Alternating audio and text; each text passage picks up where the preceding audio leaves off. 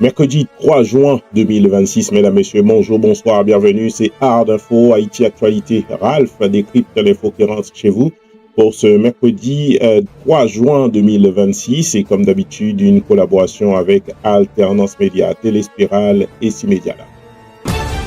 Vos journées sont chargées et vous manquez du temps pour suivre l'actualité en temps réel?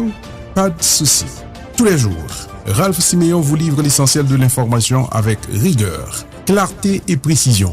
Du lundi au vendredi, retrouvez Art Info, le rendez-vous incontournable pour comprendre l'actualité haïtienne et internationale. Présentation des faits marquants, décryptage, une revue de presse complète en 10 minutes. Art Info, Haïti Actualité, Ralph décrypte l'info. Une production signée Téléspirale, Alternance Média et Cimédia Lab. Avec Art Info, restez informés, restez connectés sur tous les réseaux.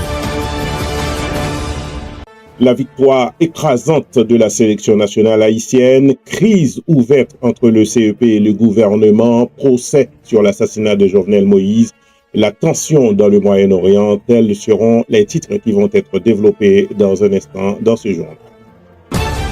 Mesdames, Messieurs, nous débutons cette édition avec la victoire écrasante de la sélection haïtienne sur la Nouvelle-Zélande.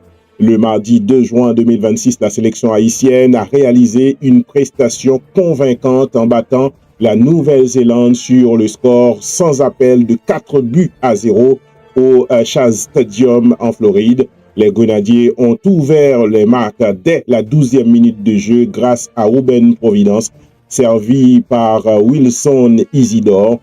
Dominatrice durant toute la période, l'équipe haïtienne a conservé cet avantage jusqu'à la pause. Au retour des vestiaires, les hommes de Sébastien Meignier ont accentué leur domination. Lenny Joseph a inscrit le deuxième but à la 51e minute de jeu avant que Frandy Pirot ne porte le score à 3-0 à la 62e minute de jeu, enregistrant ainsi son 34e but en sélection nationale. Duc Lacroix a complété la démonstration à la 87e minute de jeu. Cette victoire constitue un signal fort avant le prochain test contre le Pérou, prévu le 5 juin prochain, à quelques jours du début de la Coupe du Monde.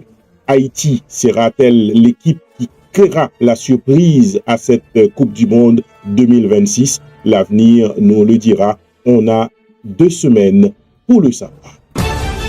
Et on continue cette édition en parlant d'élections en Haïti, crise entre le Conseil électoral provisoire et le gouvernement. Une nouvelle crise institutionnelle éclate entre le gouvernement haïtien et le Conseil électoral provisoire. Le 2 juin, le CEP a dénoncé publiquement le caractère inconstitutionnel d'un projet de décret électoral présenté par le Premier ministre haïtien Alix Didier Fils-Aimé. Selon plusieurs conseillers électoraux, le texte soumis diffère largement du projet transmis par le Conseil électoral provisoire le 24 avril 2026 et aurait été imposé sans possibilité de débat. Dans un communiqué officiel, le CEP rappelle que l'élaboration du décret électoral relève exclusivement de sa compétence constitutionnelle. La primature affirme au contraire qu'une convergence de vues existe entre les deux institutions. Cette divergence publique risque d'éloigner davantage la perspective d'élections en Haïti en cette année 2026, alors que le pays n'a pas organisé de scrutin national depuis 2016. Le différend intervient quelques jours après la visite du secrétaire d'État américain en Haïti, M. Christopher Landau, à Port-au-Prince. En Haïti diplomatie, Henry Wooster quitte Haïti pour devenir ambassadeur au Kenya. Le chargé d'affaires américain en Haïti, Henry P. Wooster, a été nommé ambassadeur des États-Unis au Kenya par le président américain Donald Trump. L'annonce a été faite par la Maison-Blanche et marque la fin prochaine de sa mission diplomatique en Haïti, entamée le 12 juin 2025. Diplomate de carrière, Henry Wooster avait été chargé de coordonner l'approche américaine face à la crise haïtienne. Son départ intervient dans un contexte où Washington n'a toujours pas désigné d'ambassadeur résident en Haïti. Plusieurs observateurs estiment que malgré son expérience au Moyen-Orient, en Europe et en Asie centrale, les résultats de la stratégie américaine en Haïti demeurent limités face à la montée des gangs et à l'impasse politique persistante en Haïti. Beaucoup parlent de l'échec de Henry Rooster en Haïti, échec peut-être pour Haïti, mais pas pour les Américains. Haïti justice, affaire de l'assassinat Jovenel Moïse, Ariel Henry, Léon Charles et le journaliste Jean-Monard Métellus, convoqués par la justice haïtienne. Le juge de la Cour d'appel de Port-au-Prince, Denis Cyprien, poursuit son supplément d'enquête sur l'assassinat du président Jovenel Moïse, tué dans la nuit du 6 au 7 juillet 2021. 7 personnalités ont été convoquées dans le cadre de cette procédure judiciaire. Le journaliste Jean-Monard Métellus, l'ancien juge Jean-Roger Noël-Sius et l'avocat Mario Beauvoir devront comparaître le 5 juin devant le cabinet du juge. L'ancien Premier ministre Ariel Henry, l'ex-directeur général de la police nationale Léon Charles, l'homme d'affaires Samir Andal et Ascar Joseph Pierre sont convoqués pour le 9 juin 2026. Le magistrat cherche à approfondir plusieurs aspects de l'enquête et à établir les responsabilités dans ce dossier qui demeure l'un des plus sensibles de l'histoire récente du pays. Les personnes concernées pourront être assistées de leur avocat lors de leur audition devant le juge Denis Cyprien. Haïti, gouvernance. Le gouvernement prépare le retour de l'eau et de l'électricité dans les zones reprises par la police nationale d'Haïti entre les mains des gangs armés.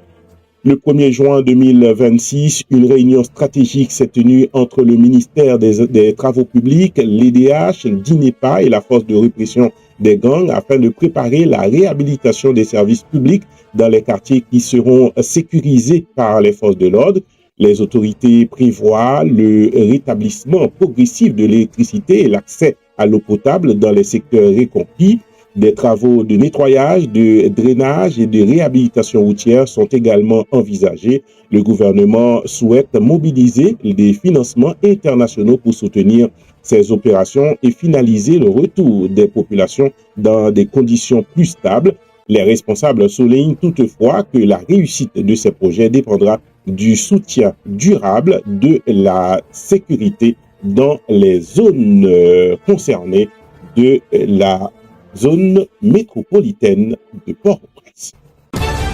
Et on parle culture, livre en folie 2026, 32e édition. Un théologien haïtien remet en question plusieurs doctrines chrétiennes traditionnelles.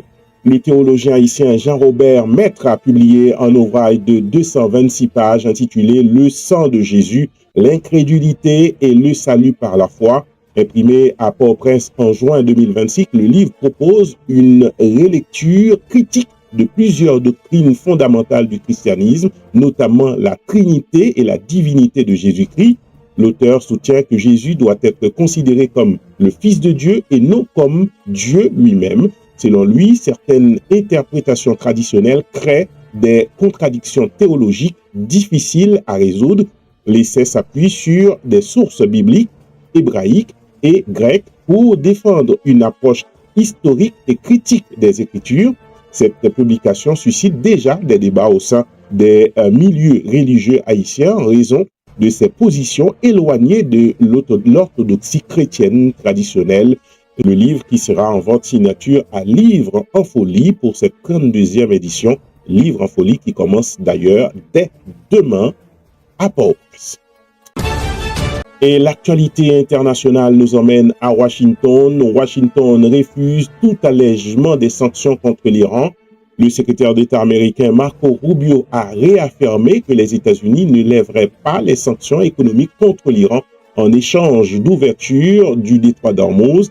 Cette déclaration intervient alors que les négociations indirectes entre Washington et Téhéran demeurent bloquées et que les tensions régionales continuent de s'intensifier. Selon Marco Rubio, un éventuel allègement des sanctions reste exclusivement lié à un accord sur le programme nucléaire iranien. Les autorités américaines reconnaissent que l'Iran accepte désormais de discuter de certains aspects de son programme nucléaire, ce qu'il refusait encore il y a quelques mois. Toutefois, Washington estime qu'aucune garantie n'existe quant à la conclusion d'un accord acceptable pour les deux parties. Et dans le Moyen-Orient, on parle des discussions entre Israël et le Liban qui poursuivent des discussions directes à Washington. Une nouvelle session de pourparlers directs entre Israël et le Liban s'est ouverte ce mercredi à Washington. Les discussions réunissent pendant 2 jours les ambassadeurs israéliens Yechiel Leter et libanais Nada Hamadeh Mouawad sous la médiation du département d'État américain. Cette rencontre intervient malgré les poursuites des échanges de tirs entre l'armée israélienne et le Hezbollah au sud du Liban. Il s'agit de la 4e session de négociations directes entre les 2 pays qui ne disposent toujours pas de relations diplomatiques officielles. Les États-Unis espèrent obtenir une désescalade durable afin de réduire les risques d'un conflit régional plus large. Maintenant, l'analyse Art Info pour cette édition du 3 juin 2026. Cette édition illustre 2 réalités contrastées pour Haïti. D'un côté, la victoire éclatante des Grenadiers face à la Nouvelle-Zélande offre une rare source de fierté nationale et démontre le potentiel du sport comme facteur d'unité. De l'autre, la crise ouverte entre le CEP et la primature relève une nouvelle fracture institutionnelle susceptible de retarder davantage le retour à l'ordre constitutionnel. Parallèlement, les convocations judiciaires dans l'affaire Jovenel Moïse et les projets de réhabilitation des quartiers repris aux gangs montrent que les enjeux de justice, de sécurité et de gouvernance demeurent au cœur de l'actualité nationale. Sur le plan international, les tensions entre les États-Unis, l'Iran, Israël et le Liban continuent de peser sur la stabilité régionale et sur l'économie mondiale, notamment à travers les marchés pétroliers. Dans ce contexte, Haïti reste confronté à l'urgence de consolider ses institutions tout en poursuivant la lutte contre l'insécurité. Voilà ce que vous devez savoir, mesdames, messieurs, sur Haïti et sur le monde pour cette édition du 3 juin 2026. Pour vous la présenter, votre serviteur Ralph Siméon en collaboration avec Alternance Média, Téléspiral et Cimédia Lab. Je vous invite, mesdames, messieurs, à vous abonner à nos chaînes Art Info TV, Ralph Siméon sur YouTube, que ce soit sur Alternance Média ou sur Téléspiral. Nous sommes vraiment partout avec vous. Avant de vous quitter, je vous rappelle une chose. Si vous voyez croître le méchant comme l'herbe, si ceux qui font le mal fleurissent comme la fleur des champs, c'est pour être anéantis à jamais. Haïti, pas péri. Haïti, devant. Je vous donne rendez-vous demain, jeudi, pour une nouvelle édition Art Info. Merci encore pour votre fidélité. À bientôt. Haïti, devant. Vos journées sont chargées et vous manquez du temps pour suivre l'actualité en temps réel? Pas de souci. Tous les jours, Ralph Siméon vous livre l'essentiel de l'information avec rigueur, clarté et précision. Du lundi au vendredi, retrouvez Art Info, le rendez-vous incontournable pour comprendre l'actualité haïtienne et internationale. Présentation des faits marquants, décryptage, une revue de presse complète en 10 minutes. Art Info, Haïti Actualité, Ralph décrypte l'info. Une production signée Téléspiral, Alternance Média et Cimédia Lab. Avec Art Info, restez informés, restez connectés sur tous les réseaux.